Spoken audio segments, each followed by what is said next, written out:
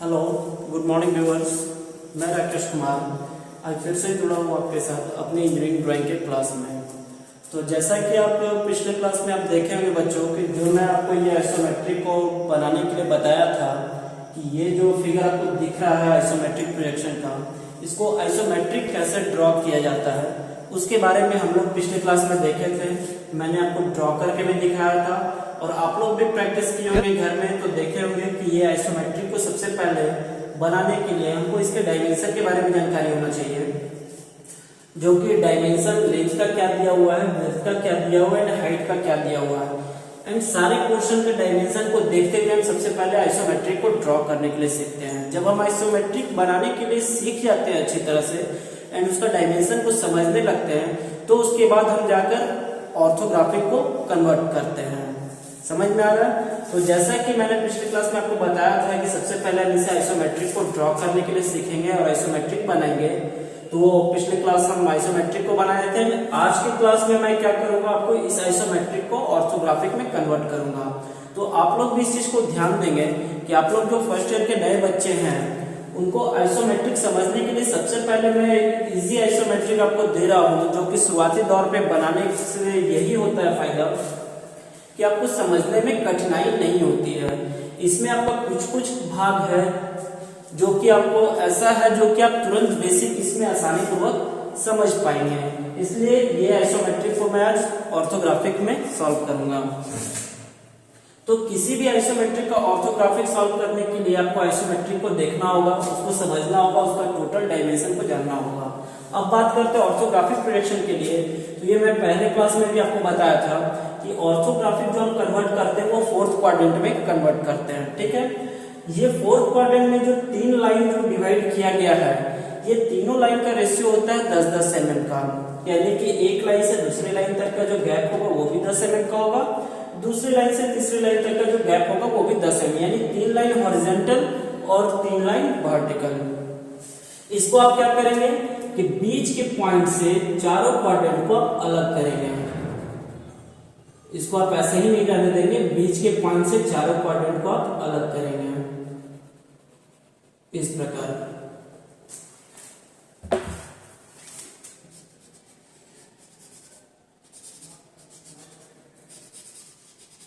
चारों क्वाड्रेंट को अलग करेंगे। उसके बाद आपको क्या चूज करना है, आपको देखना है कि जो भी हम ऑर्थोग्राफिक कन्वर्ट कर रहे हैं वो हमारा third angle projection. Third angle projection में बच्चों ध्यान रखना है कि आप जब भी हम ऑर्थोग्राफिक बनाते हैं तो वो दो प्रकार से, एक फर्स्ट एंगल में और एक थर्ड एंगल प्रोजेक्शन में। तो हम ज्यादातर यूज करते हैं थर्ड एंगल प्रोजेक्शन के बारे में और थर्ड एंगल बनाते भी हैं, और लेकिन फर्स्ट एंगल में भी बनता है, वो मैं आगे आपको बताऊंगा। लेकिन आज मैं डिस्कस करने जा रहा हूँ थर्ड एंगल के बारे में। तो थर्ड एंगल में होता क्या बच्चों, जो भी हमारा फ्रंट व्यू और साइड व्यू होता है वो हमेशा नीचे वाले क्वाड्रेंट में बनता है। क्लियर है?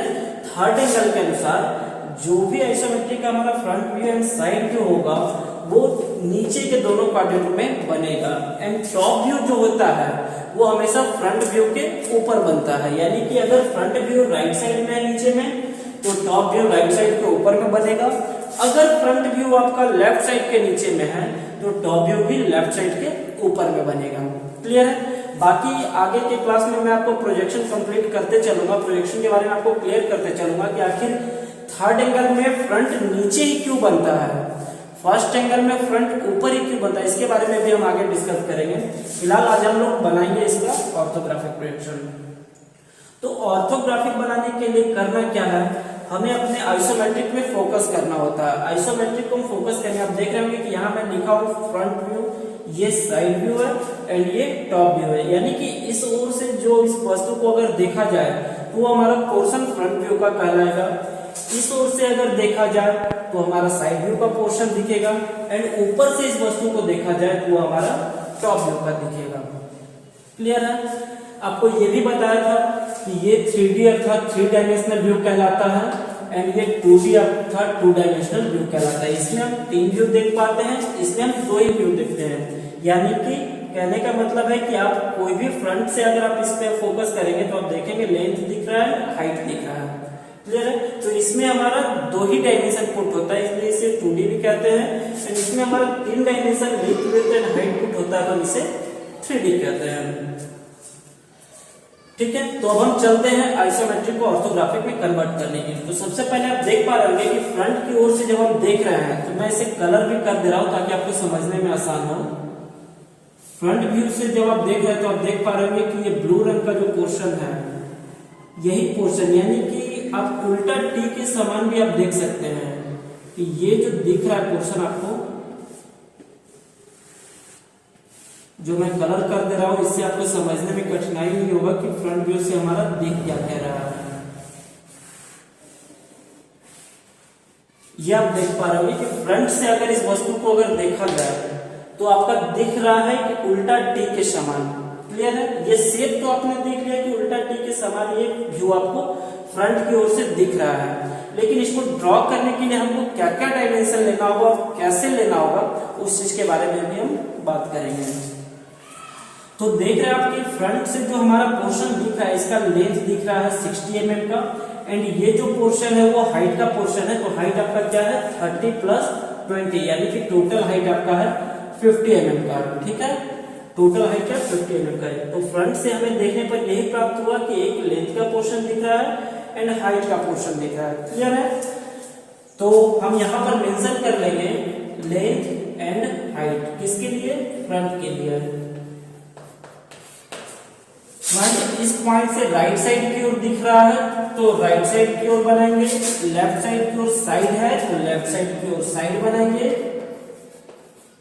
एंड मैंने अभी बताया कि फ्रंट के ऊपर टॉप होता है, तो फ्रंट जब हमारा इस क्वाड्रेंट में है तो इसी के ऊपर वाले भाग में हमारा टॉप बनेगा। तो फ्रंट के लिए मैंने किया क्या, जो फ्रंट से हमें लेंथ का भाग दिखा और हाइट का भाग दिखा, तो हम यहाँ पे L/H मेंशन कर दिए। अब हमें देखना है कि लेंथ है मेरा टोटल कितना। लेंथ टोटल आपका कितना है 60 mm, तो यहाँ पर मेंशन कर लेंगे 60। एंड हाइट टोटल आपका कितना था 50 mm, तो यहाँ पर हाइट 50।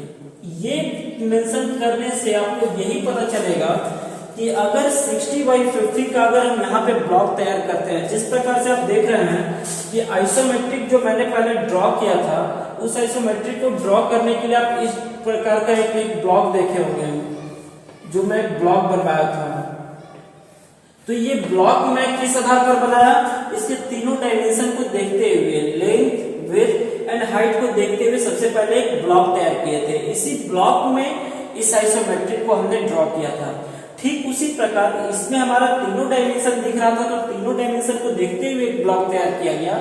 लेकिन ऑर्थोग्राफिक में अगर हम बात करते हैं तो ऑर्थोग्राफिक में हमारा 2 डायमेंशन दिख रहा है, एक लेंथ का एंड एक हाइट का।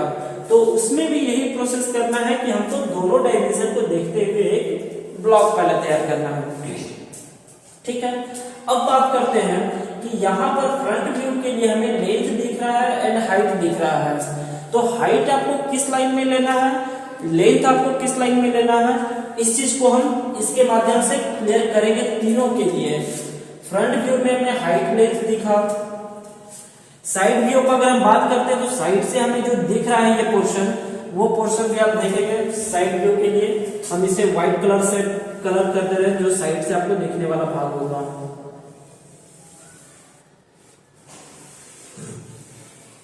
एक ये पोर्शन दिख रहा है साइड से एंड दूसरा ये पोर्शन दिखेगा।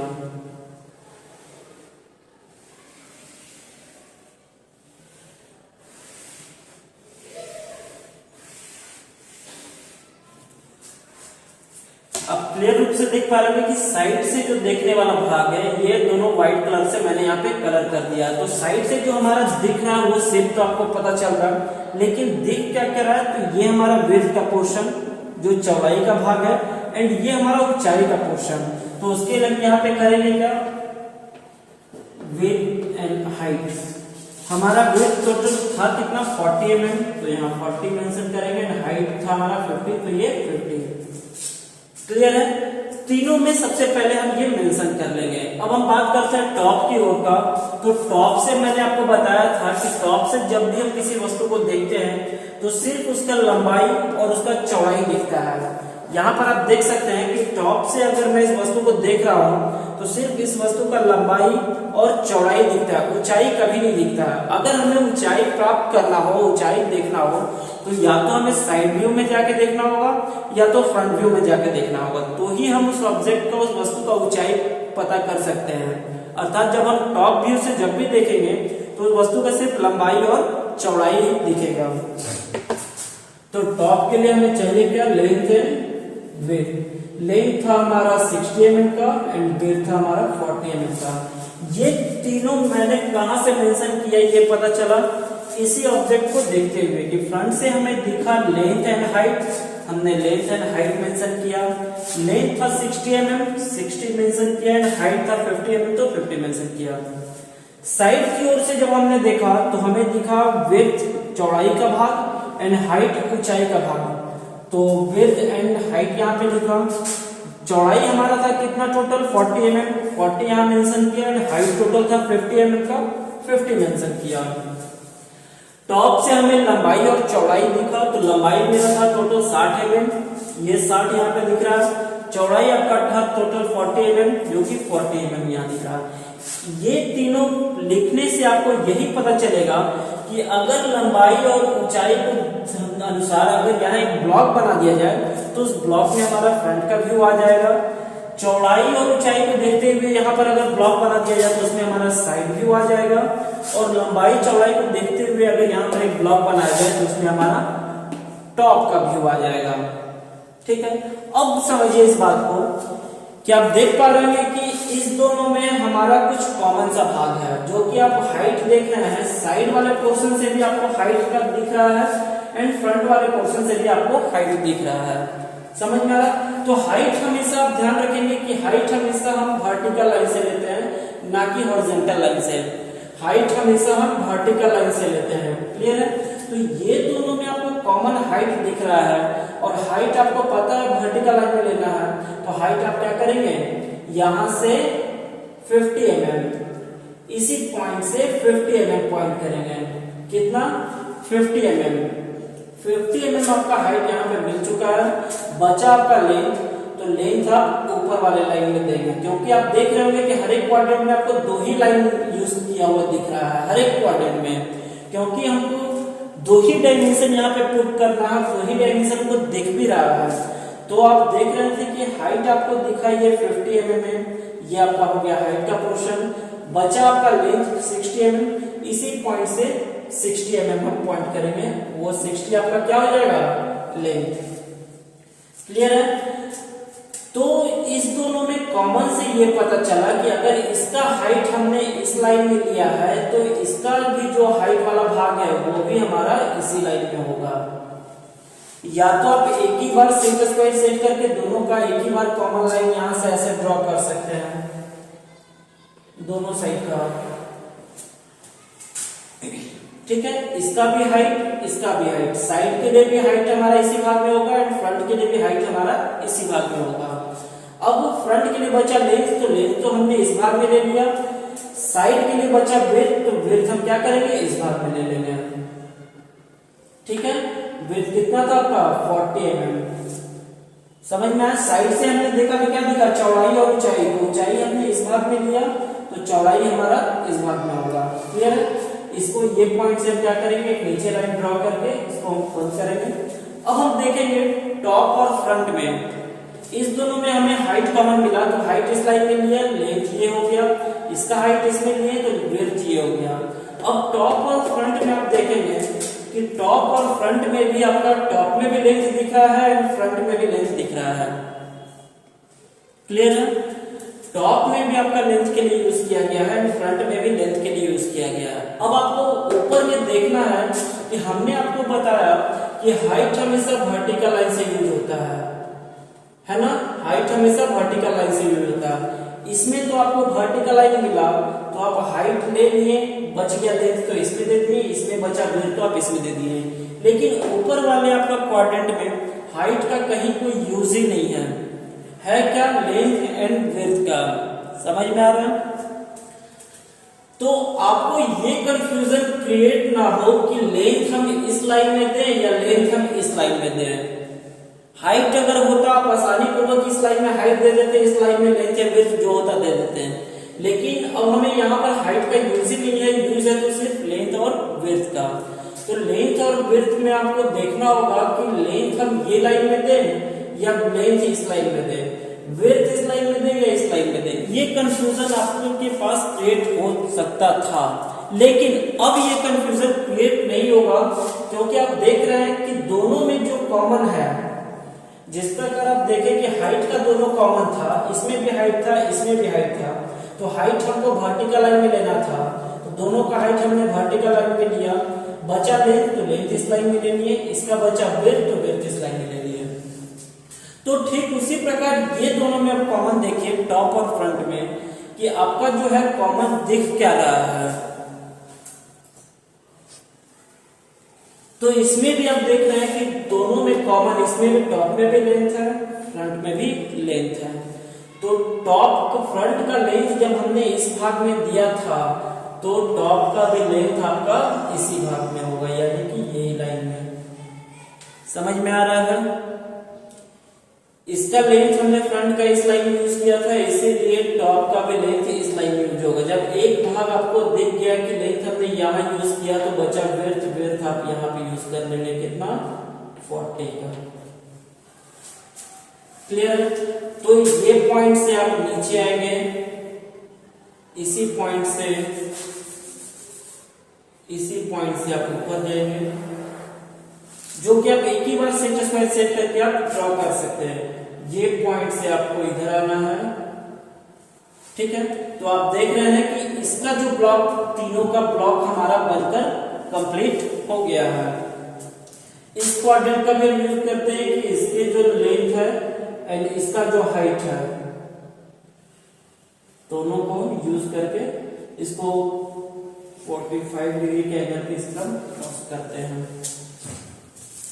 यहां तक आपको समझने में कोई दिक्कत नहीं हुई होगी कि ब्लॉक को हम तैयार कैसे करते हैं। आइसोमेट्रिक के ब्लॉक के बारे में हमने बताया था आपको कि तीनों डायमेंशन को देखते हुए 30 डिग्री के एंगल पर हम ड्रॉ करते हैं। आज आप ऑर्थोग्राफिक के ब्लॉक के बारे में भी समझ गए होंगे, कहीं पे आपको कंफ्यूज नहीं हुए होंगे कि इसका ब्लॉक हम कैसे ड्रॉ करते हैं। सीधी सी बात है कि इसका हम जो भी देखेंगे, फ्रंट से देख रहे हैं लेंथ हाइट, लेंथ और हाइट के अनुसार बनाए, साइड से देखें width and height, width and height के अनुसार बनाए, एंड टॉप से देखें लेंथ एंड विड्थ का, तो लेंथ एंड विड्थ के अनुसार बनाए। यहां तक आपको कहीं कोई दिक्कत नहीं होगी। क्लियर है?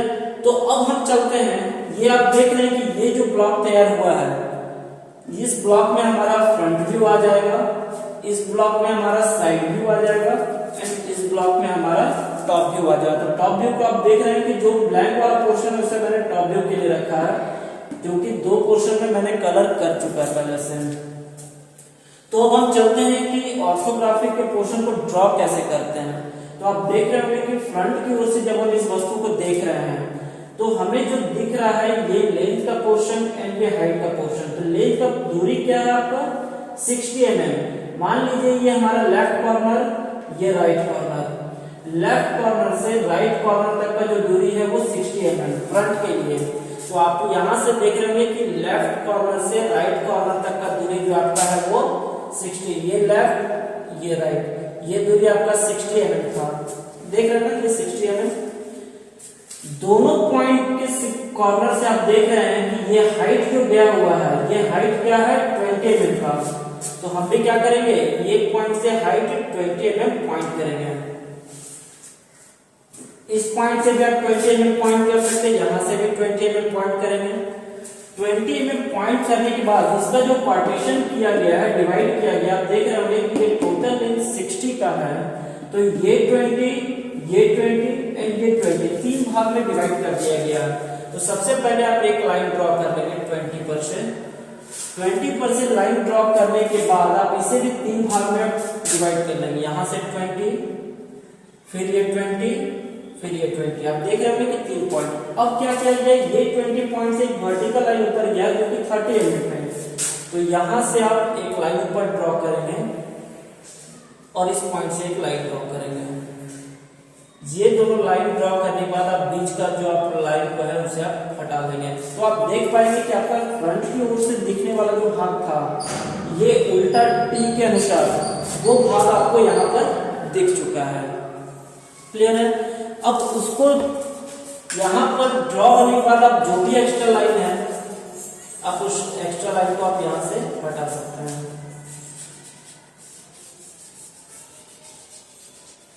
तो आप देख रहे हैं कितने आसानी पूर्वक से आपका जो फ्रंट व्यू है वो यहाँ पर तैयार हो गया है उस ब्लॉक के अंदर ही।